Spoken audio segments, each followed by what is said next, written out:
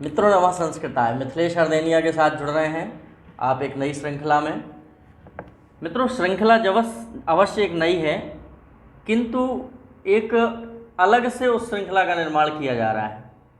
अभी तक हम आपको व्याकरण पढ़ा रहे थे संस्कृत में, अब एक नई विधा के साथ आगे बढ़ेंगे और वो विधा है शिक्षा शास्त्र। मित्रों, शिक्षा शास्त्र हो सकता है पहले आपने बहुत पढ़ी होगी, लेकिन मैंने ऐसा प्रयास किया है कि आपको एक वो नायाब तरीका दें जो पहले आपने कभी नहीं पढ़ा। उसके साथ सिर्फ शिक्षा शास्त्र नहीं पढ़ेंगे, बल्कि गद्य खंड को भी कवर करेंगे, क्योंकि अपठित गद्यांश आने हैं। तो अपठित गद्यांश में अर्थ निकालना बहुत आवश्यक है। और मित्रों, शिक्षा शास्त्र जो पढ़ना है तो शिक्षा शास्त्र संस्कृत के माध्यम से ही पढ़ना है या संस्कृत में ही पढ़ना है, क्योंकि हिंदी में तो बहुत पढ़ी है आपने, बहुत सी किताबों में हिंदी में दी है, लेकिन परीक्षा में जो प्रश्न आने हैं वो संस्कृत में ही आने हैं। ये ध्यान रखिएगा। तो संस्कृत में समझ और अवबोध बढ़ाना अत्यंत आवश्यक है। तो आपकी समझ और अवबोध को ध्यान में रखते हुए मैंने ये निश्चित किया है कि आपको जो शिक्षा शास्त्र पढ़ाई जाए वो कुछ हट के पढ़ाई जाए। मित्रों, शिक्षा शास्त्र जो मैं पढ़ा रहा हूँ वो आप तक भेज दी गई है।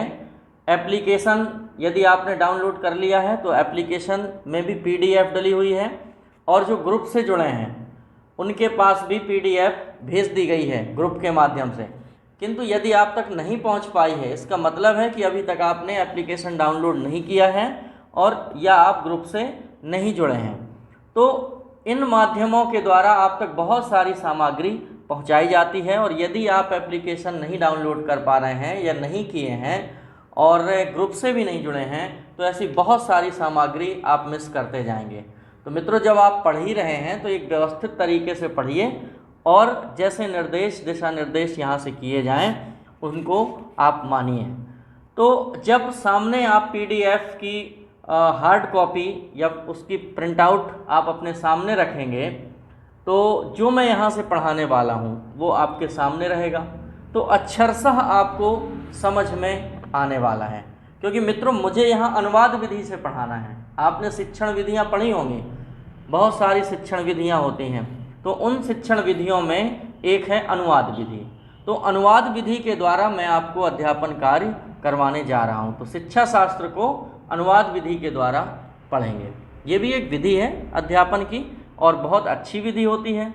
और यहाँ अनुवाद विधि का सहारा क्यों लिया गया, क्यों यहाँ अनुवाद विधि से पढ़ाया जाना है, वो मैं आपको पहले बता चुका हूँ कि चूँकि अपठित गद्यांश और अपठित पद्यांश आने हैं, तो अर्थ निकालने की क्षमता, अवबोध, समझ, ये आपको आना चाहिए। और वो कब आएगी?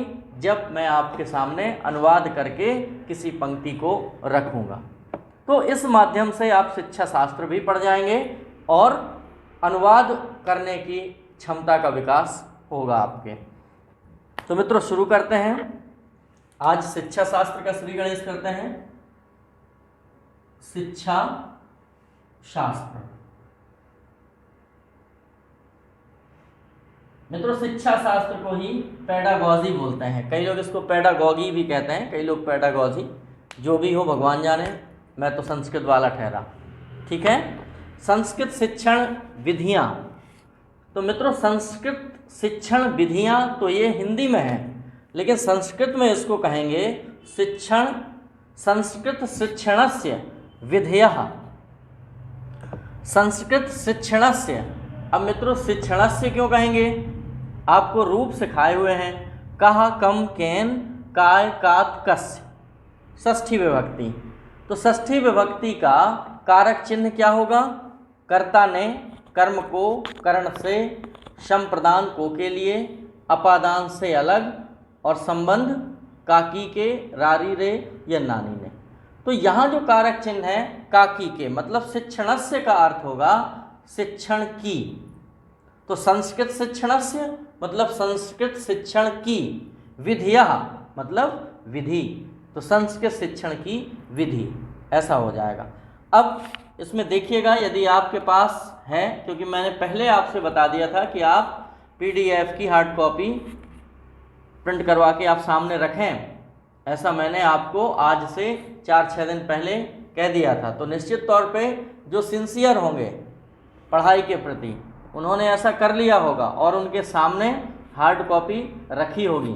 तो आप सबसे पहले देखिए, इसमें लिखा है प्राचीन कालात् वर्तमान काले संस्कृत शिक्षणस्य अतीव महत्वं वर्तते। प्राचीन कालात् मतलब प्राचीन काल से, कह कम केन काय कात, कह कम केन काय कात, पंचमी, कर्ता ने कर्म को करण से, संप्रदान को के लिए, अपादान से।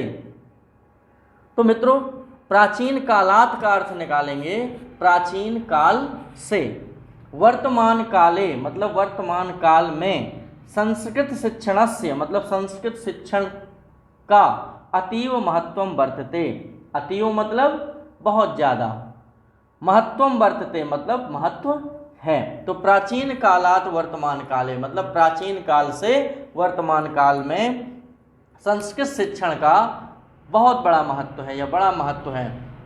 संस्कृत शिक्षणम केन केन विधिना प्राचीन काले प्रदीयते। इसमें संस्कृत शिक्षण की केन केन विधिना, किन किन विधियों के द्वारा प्राचीन काल में दी जाती थी शिक्षा, मतलब संस्कृत शिक्षा किन किन विधियों द्वारा प्राचीन काल में दी जाती थी। आधुनिक काले शिक्षणम इदम कथम प्रचलति, और आधुनिक काल में ये शिक्षा कैसी चल रही है। कथम प्राचाल्येत, और कैसी चलेगी। एतेषां प्रश्नानां समाधानाय, इन प्रश्नों के समाधान के लिए। मित्रों समाधानाय लिखा ना, समाधानाय, कह कम केन काय, चतुर्थी विभक्ति है समाधानाय में मतलब के लिए। तो इन प्रश्नों के समाधान के लिए संस्कृत शिक्षणस्य विधिया त्रिषु भागेषु विभक्तुम शक्यते। शिक्षण विधियों को त्रिषु भागेषु, 3 भागों में, विभक्तुम शक्यते मतलब विभाजित कर सकते हैं। अब मित्रों वो 3 भाग कौन से हैं, मतलब आप समझ गए कि शिक्षण विधियों को हम 3 भागों में विभाजित कर सकते हैं। ध्यान रखिएगा, आप चाहें तो जो भी आप कॉपी सामने रखे हुए हैं उसमें आप हिंदी से यदा कदा जो आपको कठिन लगे शब्द, उनके अर्थ आप लिख सकते हैं वहाँ पर। तो शिक्षण, संस्कृत शिक्षण की जो विधियाँ हैं वो मुख्य रूप से 3 भागों में हम उनको विभाजित कर सकते हैं। प्राचीन विधि, नवीन विधि और नवीनतम विधि। इसके बाद प्राचीन विधि को शुरू करते हैं। तो मित्रों प्राचीन विधि मतलब पुरानी विधियां जो बहुत पहले चलती थीं, और नवीन विधि जो नई विधियां हैं। लेकिन नवीनतम विधि, मित्रों नवीनतम मतलब अत्याधुनिक, वर्तमान समय में जो अभी अभी नई बनी हुई विधियां हैं उन्हें कहेंगे नवीनतम विधि। मित्रों तम लगा है ना, तो विशेषण की ये अवस्था है, मूलावस्था, उत्तरावस्था और उत्तमावस्था। तो उत्तमावस्था कहलाती है सर्वश्रेष्ठ अवस्था जिसमें तम लगता है, मतलब सुपरलेटिव डिग्री जिसको अंग्रेजी में बोलते हैं। तो यहाँ नवीन, नवीनतर और नवीनतम, तो वो सुपरलेटिव डिग्री है नवीनतम, मतलब अत्याधुनिक जो विधि है उसको नवीनतम कहेंगे। तो प्राचीन विधि में देखते हैं कि प्राचीन विधि के अंतर्गत कौन कौन सी विधियां आती हैं। तो उसमें सबसे पहले है पाठशाला विधि। अब आप इसमें देखिएगा पाठशाला विधि में क्या होता था। अयम विधि संस्कृतम पाठनस्य प्राचीनतम विधि अस्ति। यह विधि संस्कृत पाठन की प्राचीन विधि है। परंपरागत रूपेण आश्रीयमानत्वादयम् पारंपरिक विधिरत्युच्यते। परंपरागत रूप से आश्रीयमानत्वादयम्, आश्रित एवं पारंपरिक विधिरत्युच्यते। विधि उच्यते माने कहते हैं, मतलब इस विधि को आश्रित और परंपरागत रूप से चलने वाली विधि कहते हैं। पंडितानां निर्माणाय, पंडितों के निर्माण के लिए। पंडितैर आदृत्वात्, पंडित प्रणाली इति चा एषां कथ्यते। पांडित्य लाने के लिए, पंडिता नाम निर्माणाय, मतलब पंडितों के निर्माण के लिए, पांडित्य लाने के लिए, पंडित प्रणाली इति चा एसाम कथ्यते। मित्रों जो चैसाम लिखा है वो वास्तव में चा एसाम है, तो चा का आ और एशाम का ए, आ और ए में संधि हो जाएगी तो अय बन जाएगा, तो चा एशाम मिलके चैसाम बन जाएगा। तो ये चैसाम जो लिखा है चा एशाम कथ्यते, मतलब ऐसी विधि कहते हैं। फिर लिखा है इसमें सप्तदश शताब्दी पर्यंतम। सप्तदश मित्रों सप्त मीन्स होता है 7 और 10 मीन्स होता है 10, तो सप्तदश शताब्दी पर्यंतम, 10 और 7 कितने हो गए 17, मतलब 17वीं शताब्दी तक पाठशालासु आश्रमेषु गुरुकुलेषु मठेषु विद्यापीठेषु चा अयम शिक्षा विधि प्रचलने आसीत। मित्रों इनमें देखिए सब में सु सु लगा है, सु देखिए पाठशालासु क्यों लगा, कौन सी विभक्ति होगी सु, बहुवचन की सप्तमी शु लगता है। अब इसमें पाठशालासु में देखिए आप सरौता वाले सा में छोटा ऊ लगा है, तो सरौता वाले सा में छोटा ऊ क्यों लगा है, बाकी सब में षटकोण वाला सा या मूर्धन्य सा में छोटा ऊ लगा है, केवल पाठशाला में जो सु लगा है उसमें सरौता वाला सा लगा है। ऐसा क्यों, क्योंकि पाठशाला आकारांत शब्द है, शाला होती है, आकारांत स्त्रीलिंग शब्द है। तो मित्रों लता सीता रमा वनिता आदि के समान जब रूप चलते हैं तो लता का वहाँ लताशु बनता है सरौता वाले सा में, और बाकी सभी जगह षटकोण वाले सा में सु लगता है। इसलिए यहाँ पर पाठशालासु आश्रमेशु, तो वहाँ विभक्ति क्या लगेगी बहुवचन में, सप्तमी विभक्ति मतलब अधिकरण, और अधिकरण का कारक चिन्ह क्या होता है मित्रों, में पेपर, तो पाठशालासु का अर्थ होगा पाठशालाओं में, क्योंकि बहुवचन है तो पाठशाला में नहीं, अगर पाठशाला में होता तो एक वचन होता वहाँ। अब ये पाठशालासु लिखा है, जब पाठशालासु लिखा है तो पाठशालाओं बहुवचन में उसका प्रयोग करना पड़ेगा और सप्तमी विभक्ति का कारक चिन्ह का प्रयोग करना पड़ेगा। तो पाठशालासु का मतलब पाठशालाओं में, आश्रमेषु आश्रमों में, गुरुकुलेषु गुरुकुलों में, मठेषु मठों में, विद्यापीठेषु विद्यापीठों में। चा, अब ये जो चा मित्रों लास्ट में लगा होता है, ये लगा जरूर अंत में लगा होता है लेकिन शब्द के पहले इसका प्रयोग किया जाता है। तो जो मठेषु लिखा है मठों में, विद्यापीठेषु चा, विद्यापीठेषु चा मतलब और विद्यापीठों में। अयम शिक्षा विधि प्रचलने आसीत, यह शिक्षा विधि प्रचलन में थी, आसीत थी। मित्रों शनः शनः, शनः शनः मतलब धीरे धीरे, लॉर्ड मैकाले महोदयस्य शिक्षा पद्धत्याः विस्तरेण से अयम विधि उपेक्षितो जाता। शनः शनः माने धीरे धीरे, लॉर्ड मैकाले महोदयस्य मतलब लॉर्ड मैकाले महोदय की शिक्षा पद्धत्याः मतलब शिक्षा पद्धतियों के विस्तार के साथ, विस्तारेण मतलब विस्तार के साथ, शह सह माने साथ, अयम विधि मतलब यह विधि उपेक्षित हो जाता, उपेक्षित हो गई। लॉर्ड मैकाले की शिक्षा पद्धति जैसे भारत में आई तो फिर ये पाठशाला विधि या प्राचीन विधियों की उपेक्षा होने लगी। पहले आश्रमों में, मठों में, पाठशालाओं सभी जगह यह विधि चलती थी, लेकिन लॉर्ड मैकाले की शिक्षा विधियां जैसे आई तो इनकी उपेक्षा होने लगी।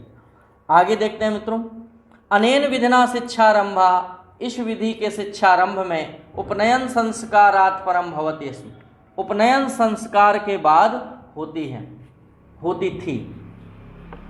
मित्रों जब इस शिक्षा की शुरुआत होती थी, इसमें लिखा है अनेन विधिना शिक्षारंभा, इस विधि से जब शिक्षा आरंभ की जाती थी तो सबसे पहले उपनयन संस्कारात् परम भवति मतलब यह शिक्षा उपनयन संस्कार के बाद होती थी। अब ये उपनयन संस्कार क्या है मित्रों, उपनयन संस्कार मतलब जनेऊ संस्कार, जो शिक्षारंभ के समय संस्कार। मित्रों 16 संस्कार होते हैं हिंदू धर्म में, तो हिंदुज्म के अनुसार 16 संस्कारों में से एक संस्कार है उपनयन संस्कार। उपनयन संस्कार, जनेऊ संस्कार जिसे बोलते हैं, तो ये शिक्षारंभ के पहले होता है।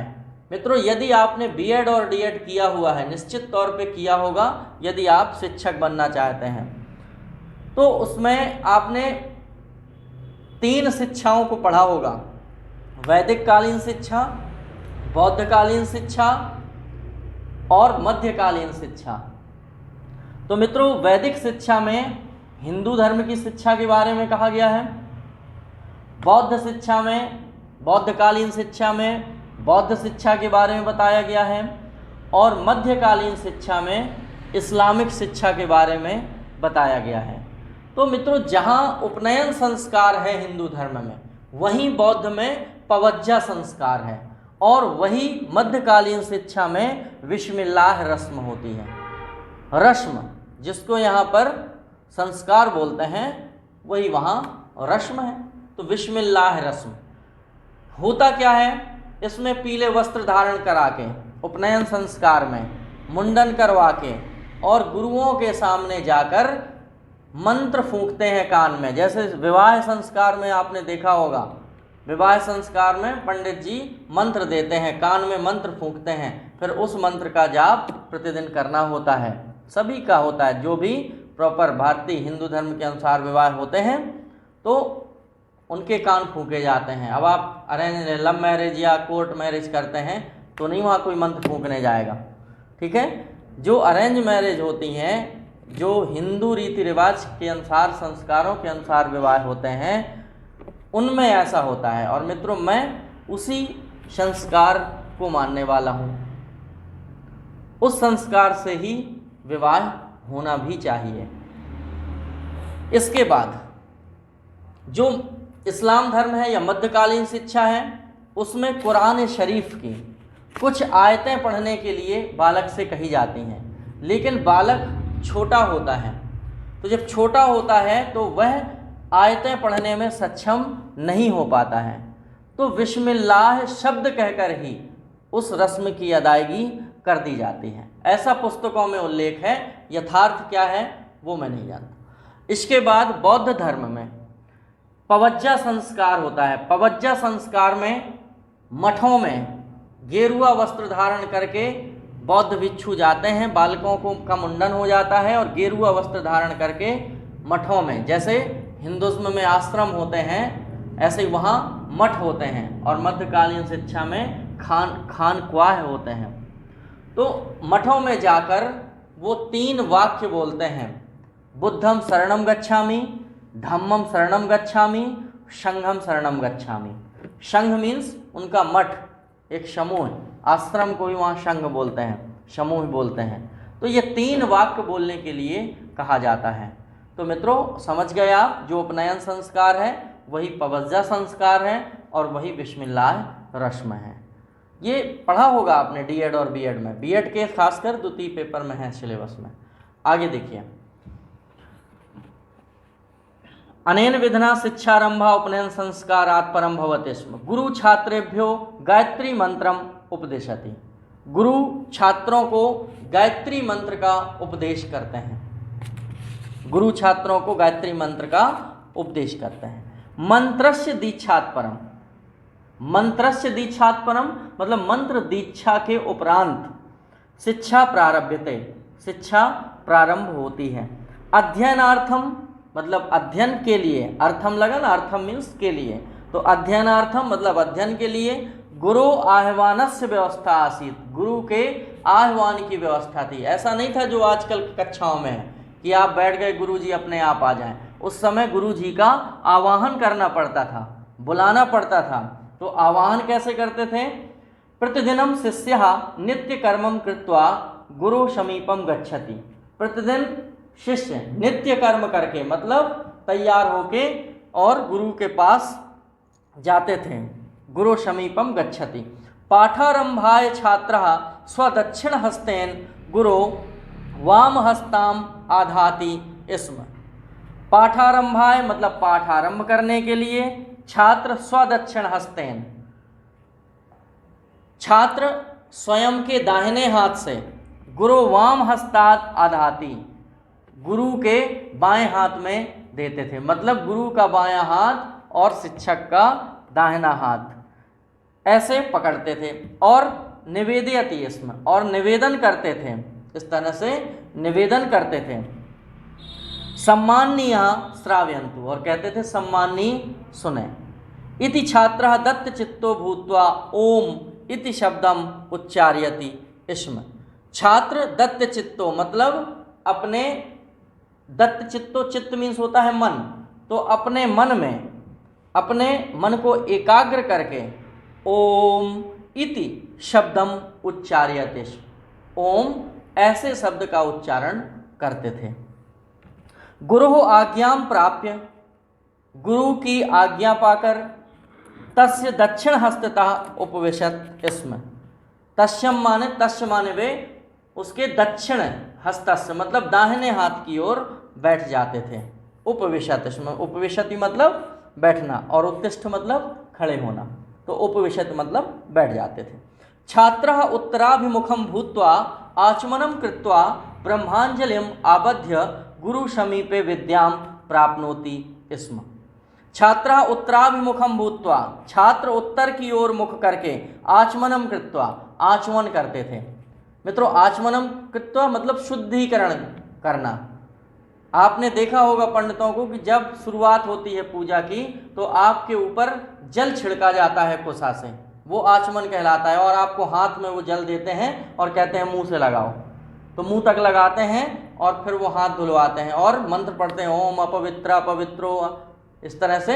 और अंतिम शब्द होता है बाह्याभ्यंतर हो शुचि, बाह्याभ्यंतर हो शुचि मतलब उस जल के द्वारा उनने अपवित्रो पवित्रा से शुरू करके पूरा मंत्र पढ़ा और लास्ट में कहते हैं बाह्याभ्यंतर हो शुचि। बाह्य और आभ्यंतर, बाह्य माने बाहर से, आभ्यंतर माने अंदर से, शुचि मतलब शुद्ध कर दिया।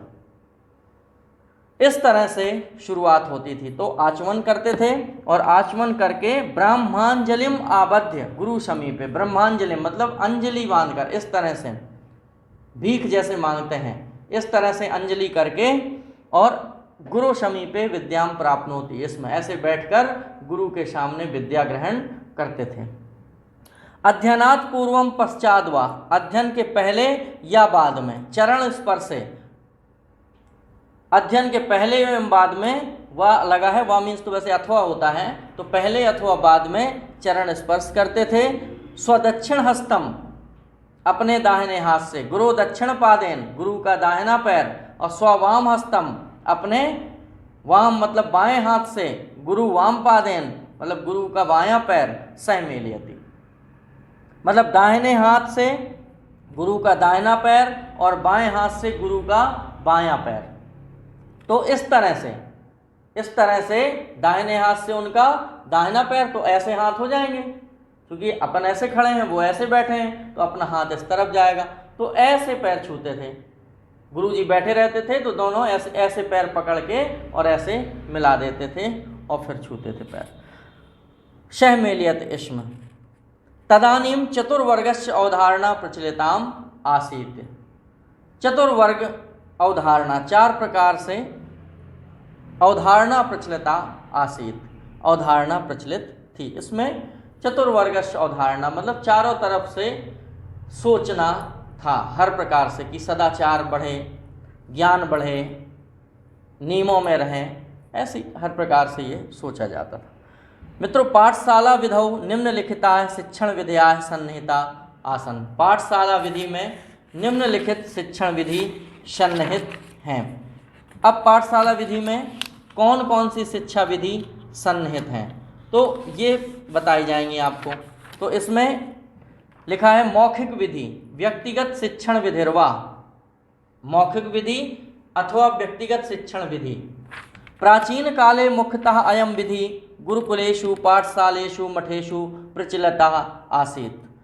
मौखिक विधि या व्यक्तिगत शिक्षण विधि प्राचीन काल में मुख्य रूप से यह विधि गुरुकुलों में, पाठशालाओं में, मठों में प्रचलित थी। तद शिक्षणम मौखिक रूपेण एव भवति स्म। उस समय शिक्षण मौखिक रूप से होता था, लिखना नहीं होता था। केवल गुरु आते थे और बैठ के उपदेश देते थे, इस तरह से शिक्षा चलती थी। वेद मंत्राणाम उच्चारणम छात्र बारंबारम क्रियन्ते। वेद मंत्रों का उच्चारण छात्र बार बार करते थे। छात्रकृत उच्चारण संबंध दोषाणाम निवारणम। छात्रकृत मतलब छात्रों के द्वारा किए गए उच्चारण संबंध दोषाणाम मतलब उच्चारण संबंधी दोषों का निवारणम मतलब निवारण शिक्षकेण मतलब शिक्षक के द्वारा व्यक्तिगत रूप से क्रियते अस्मि किया जाता था। मतलब प्रत्येक छात्र से मंत्र उच्चारण करवाया जाता था और उसमें जो वो दोष करते थे, जो वो गलती करते थे, जो उच्चारण संबंधी त्रुटियां करते थे, तो व्यक्तिगत रूप से उनका निराकरण किया जाता था। श्रवणस्य मनस्य निदिध्यासनस्य प्रक्रियामपि कंठस्थीकरणस्य विशिष्टम स्थानम विद्यते। श्रवणस्य श्रवण की या सुनने की, मननस्य मतलब सोचने की, निदिध्यासनस्य निदिध्यासन मीन्स होता है योग या निदिध्यासन आसन विचार करना, वो निदिध्यासन कहलाता है। तो निदिध्यासनस्य प्रक्रियामपि मतलब प्रक्रिया में भी कंठस्थीकरणस्य विशिष्टम स्थानम विद्यते। कंठस्थीकरण का विशिष्ट स्थान होता था। मित्रों निदिध्यासन मतलब ध्यान भी कह सकते हैं आप। तो यहाँ ते स्वीकुर्वन्तु यद इनका विशेष स्थान था और ऐसा स्वीकार किया जाता था। ये जो मौखिक विधि है, मौखिक विधि का ये सोचना था। मौखिक विधि क्यों पढ़ाई जाती थी, मौखिक विधि से क्यों कार्य किया जाता था? क्योंकि उनका सोचना था कि पुस्तकस्था तु या विद्या पर हस्तगतम धनम कार्य काले समुत्पन्ने ना सा विद्या ना तद्धनम। इस सोच को लेकर मौखिक विधि से शिक्षण कार्य करवाया जाता था।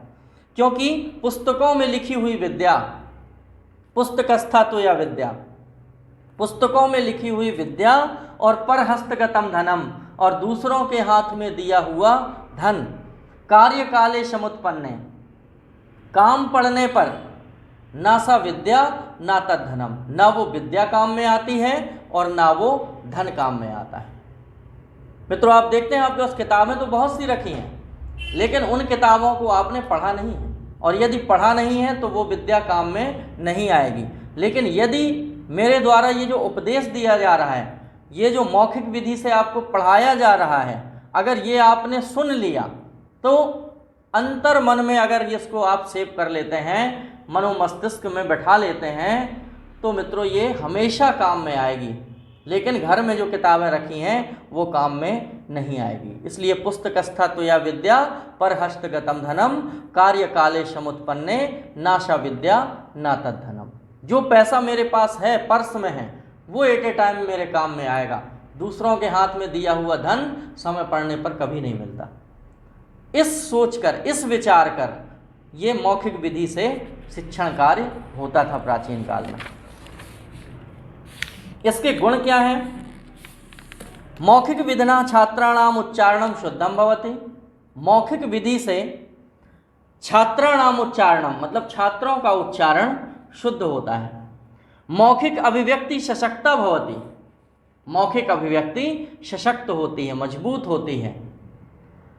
इसके बाद है पारायण विधि। खूब आई है परीक्षा में, खूब पूछी जाती है पारायण विधि। अयम विधि अपि कंठस्थीकरणोपरि बलम ददाति। अयम विधि मतलब इस विधि पर भी कंठस्थीकरणोपरि कंठस्थीकरण के ऊपर बल दिया जाता है। मतलब इस विधि में भी रटने पर बल दिया जाता है। कंठस्थीकरण मतलब क्या है? याद करना।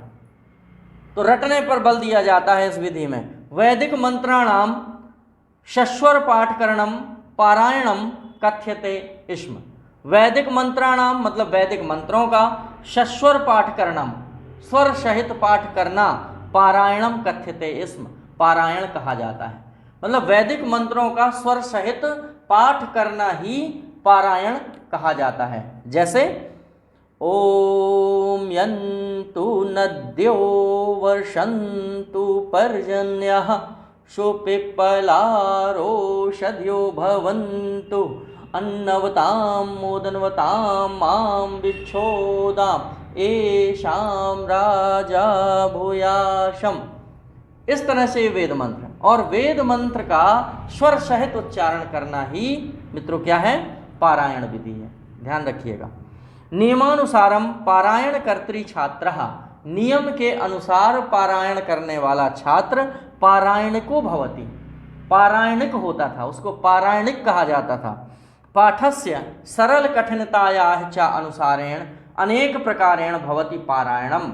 पाठस्य सरल कठिनतायाः च मतलब पाठ की सरलता और कठिनता के अनुसार अनेक प्रकार का होता है पारायण। मतलब पाठ कितना सरल है और पाठ कितना कठिन है उसके अनुसार पारायण होता था। यदि ज़्यादा कठिन है तो ज़्यादा बार पढ़ना पड़ेगा, अगर कम कठिन है तो कम बार पारायण करना पड़ेगा। पाठस्य अनुसारेण, पाठ के अनुसार, पारायणस्य संख्या निर्धारिता भवति, पाठ के अनुसार जो पारायण की संख्या है वो निर्धारित होती है। यथा पंचकाध्ययनम, 5 बार पढ़ना, जैसे 5 बार अध्ययन करना। पंचबारम, 5 बार शब्दों को पढ़ना। पंचरूपम और 5 बार पढ़ना। उच्चारण समय अशुद्ध्यानुसारेण छात्राणाम परीक्षा भी भवति स्म। अब इसके साथ उसका मूल्यांकन भी चलता था। जब वो श्लोक को पढ़ता था और स्वर सहित पढ़ता था तो फिर उसका साथ में शिक्षक मूल्यांकन भी कर लेते थे कि ये कितना अशुद्ध पाठ कर रहा है, ये कितना शुद्ध पाठ कर रहा है। उच्चारण समय अशुद्ध्यानुसारेण, उच्चारण के समय अशुद्धि के अनुसार छात्राणाम परीक्षा भी भवति स्म, छात्रों की परीक्षा भी होती थी। एका अशुद्धि कर्तारा छात्र एकान्यका भवति, एक अशुद्धि करने वाला छात्र एकान्यका होता था। अशुद्धि द्वयम कर्तारा, और 2 अशुद्धि करने वाला छात्र द्वैनिका भवति, 2 अशुद्धि करने वाला छात्र द्वैनिका होता था। इस पारायण विधि के गुण क्या हैं मित्रों? पारायण विधिना प्राप्त ज्ञानस्य रक्षणम आगामी वंश परंपरायाः कृते भवति। पारायण विधि से प्राप्त ज्ञान की रक्षा आगे आने वाली वंश परंपरा के लिए होती है। बहुत अच्छा गुण है मित्रों।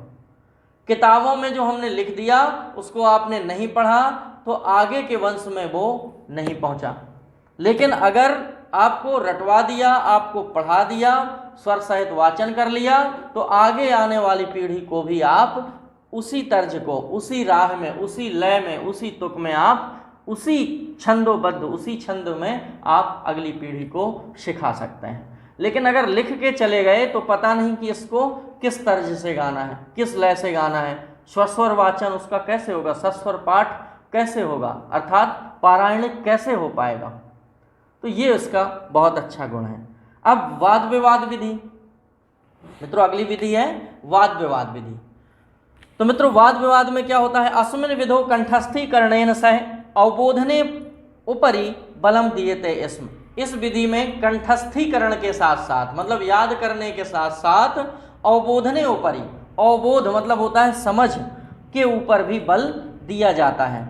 तद स्थलीय भाषण प्रदर्शनम, भाषण व्याख्या सम्यक विभाति विप्रलाप आदि नाम शब्दानाम प्रयोग पाणिनिना कृतः।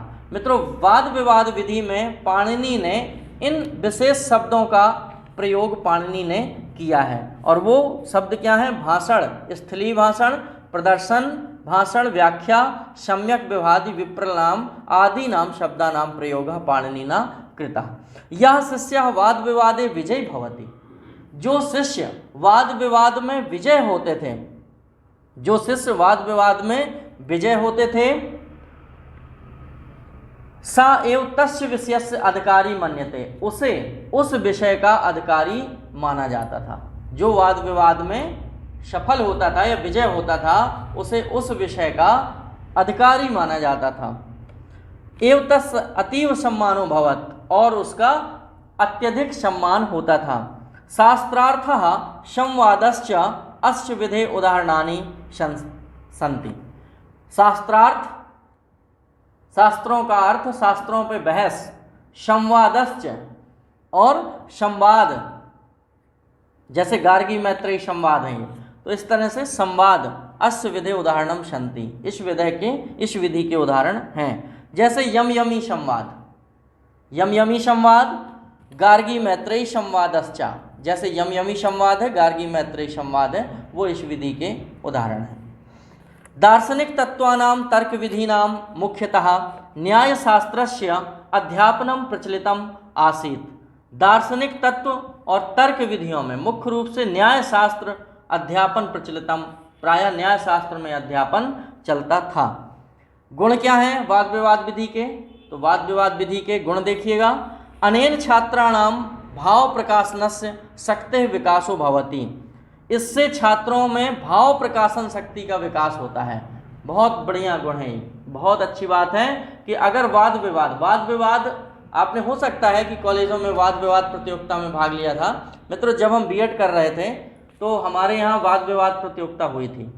तो वाद विवाद प्रतियोगिता में 2 टॉपिक थे कि उच्च शिक्षा में स्त्रियों के लिए उच्च शिक्षा हानिकारक है, और एक टॉपिक था उच्च शिक्षा स्त्रियों के लिए लाभदायक है।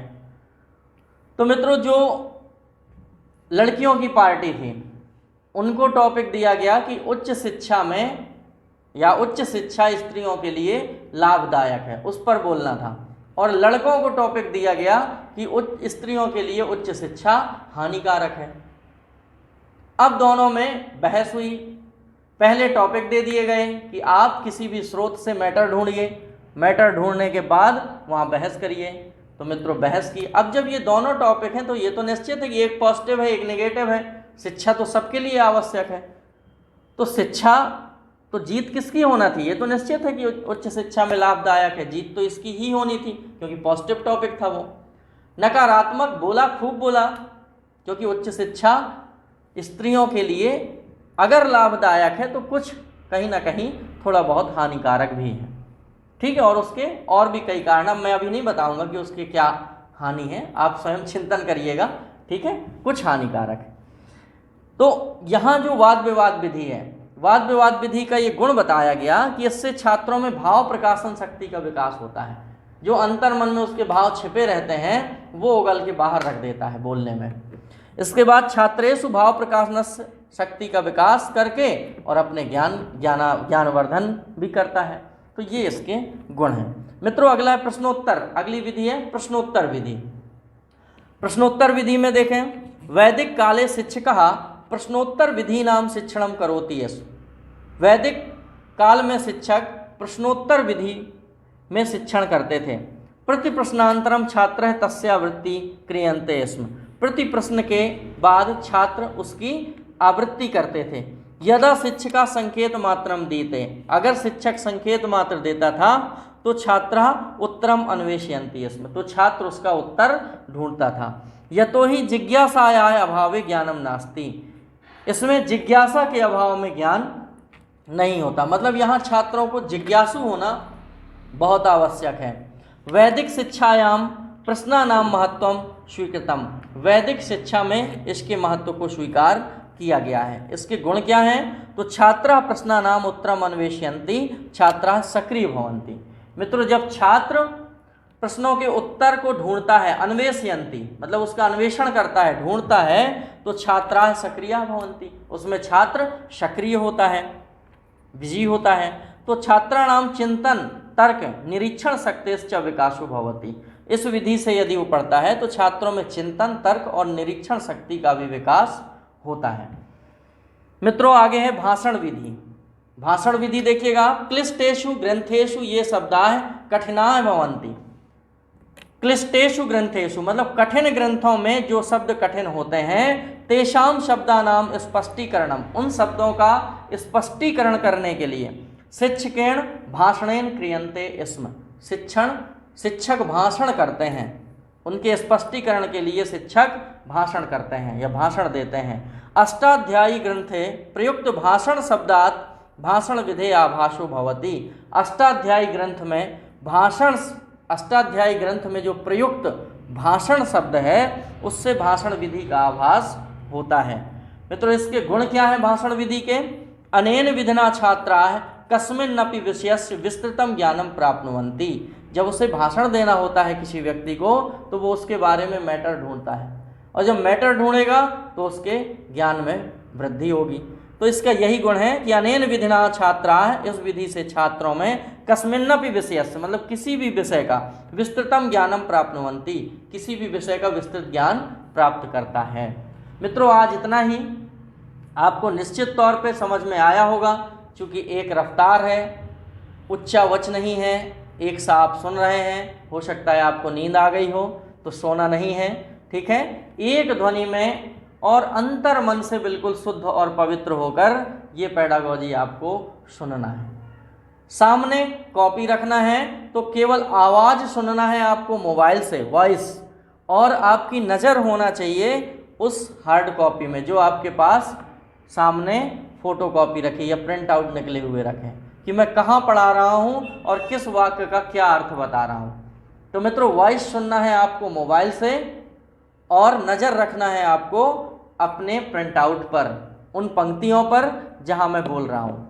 ऐसा जब आप करते जाएंगे तो आपका बहुत अच्छा मन लगेगा और मित्रों मुश्किल से 4-6-10 दिन में ही बहुत अच्छी पेडागॉजी पढ़ पाएंगे।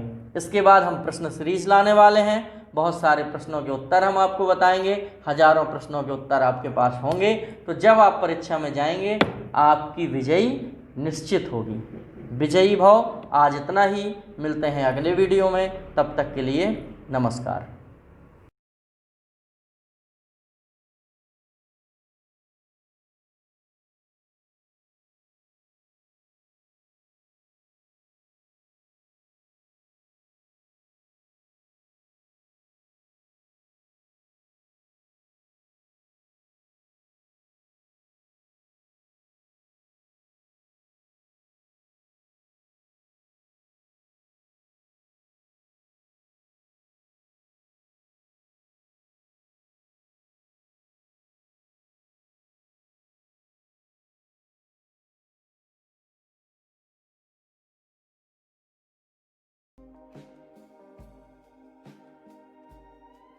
सक्सेसफुल जो सभी एग्जाम को टारगेट करते हुए ध्यान में रखकर ये मिशन चलाया जा रहा है। चाहे आने वाले जितने भी एग्जाम हो, वर्ग 3 महिला सुपरवाइजर, एमपी पुलिस, फॉरेस्ट, पटवारी, सीपीसीटी से रिलेटेड जितने भी एग्जाम है उन सभी को ध्यान में रखकर ये मिशन चलाया जा रहा है। व्हाट्सएप ग्रुप पर स्टडी कराई जा रही है, प्रिपरेशन कराई जा रही है, जिसमें बॉयज़ और गर्ल्स के अलग अलग ग्रुप बनाकर आपकी प्रिपरेशन कराई जा रही है। ग्रुप में आपको time table, strategy, routine, study material, daily and weekly test, guidance, motivation सब कुछ दिया जाएगा। और यहाँ पर ये आप देख सकते हैं अलग अलग ग्रुप बनाए गए हैं, लगभग 22 और आपको ऐड किया जाएगा। तो आप लोग बिना किसी देरी के मैसेज कीजिए और 9981167757 पर आपको ऑडियो मैसेज करना है। व्हाट्सएप से अपना नाम बता देना है, मैं आपको उसी एग्जाम से रिलेटेड ग्रुप में ऐड कर दूंगा। महिलाओं के अलग ग्रुप हैं, पुरुषों के अलग ग्रुप हैं, आप देख सकते हैं, ठीक है।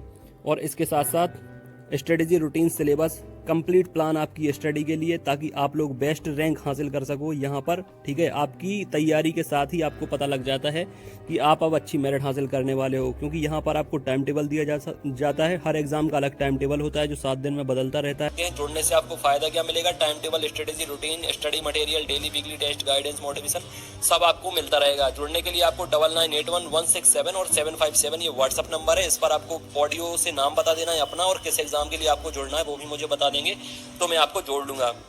सभी एग्जाम की प्रिपरेशन कराई जाती है, सभी एग्जाम की ऑनलाइन ऑफलाइन टेस्ट सीरीज मिलती है, नोट्स मिलते हैं तो आप ले सकते हैं।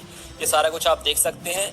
कम से कम 1000 से ज़्यादा स्टूडेंट वर्ग 3 की प्रिपरेशन लगातार कर रहे हैं, जिनने नोट्स मंगाए हैं। 5000 से ज़्यादा स्टूडेंट मेल और फीमेल ग्रुप में जुड़े हैं। खासकर एमपीटीईटी के लिए टाइम टेबल दिया गया है उन्हें, और एमपीटीईटी के लिए जो स्पेशल नोट्स बनाए गए हैं, पीईबी जो सिलेबस है उसके हिसाब से उसको लेकर पढ़ना आप जरूर शुरू करें, क्योंकि उससे पीईबी सिलेबस पूरा कंप्लीट कवर किया गया है। मार्केट में ऐसी कोई बुक नहीं है जो सिलेबस को कवर करे और इतना बेहतरीन स्टडी मटेरियल आपको दिया जाए, जिसमें शानदार पेडागोजी भी दी गई है जो 15 नंबर की आने वाली है, और बाकी आपका जो 15 नंबर का अलग पार्ट है वो भी इसमें अच्छे से कवर आपका हो जाएगा। नोट्स लेने के लिए आप इंदौर में आ सकते हैं, हैंड टू हैंड भी ले सकते हैं, छतरपुर में भी ले सकते हैं। हैंड टू हैंड आपको कम कीमत में वो तुरंत मिल जाएंगे, बाकी आप अपने घर पे भी मंगा सकते हैं स्पीड पोस्ट से। उसके लिए भी मुझे 9981167757 पर मैसेज कर दें। छतरपुर का जो ऑफिस है वो छत्रसाल बुंदेलखंड यूनिवर्सिटी के सामने है। इस तरह के जो नोट्स बनाए गए हैं सारा कुछ स्पेशल फैकल्टी के द्वारा, कोशिश यही की जाएगी कि आपके 125 प्लस अंक आए, चाहे आप किसी भी कैटेगरी से बिलोंग करते हो। 125 प्लस अंक अगर आपके आ गए तो सिलेक्शन आपका वर्ग 3 में होने से कोई रोक नहीं सकता, ठीक है फ्रेंड। अब इसके साथ साथ ऑनलाइन टेस्ट सीरीज, जिसकी प्रिपरेशन उन्हें लगता है कि हो गई है, वो ऑनलाइन टेस्ट सीरीज भी लगा सकते हैं। ऑनलाइन टेस्ट सीरीज भी मैं आपको प्रोवाइड कर दूंगा। 30 ऑनलाइन टेस्ट मिल जाएंगे, 20 आपको पीडीएफ मिल जाएंगी।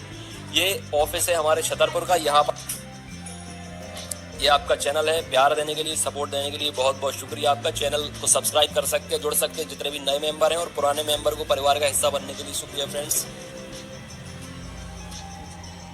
अपनी सेहत का ख्याल रखें, कोरोना से बच कर रहें। God bless you, all the best and take care.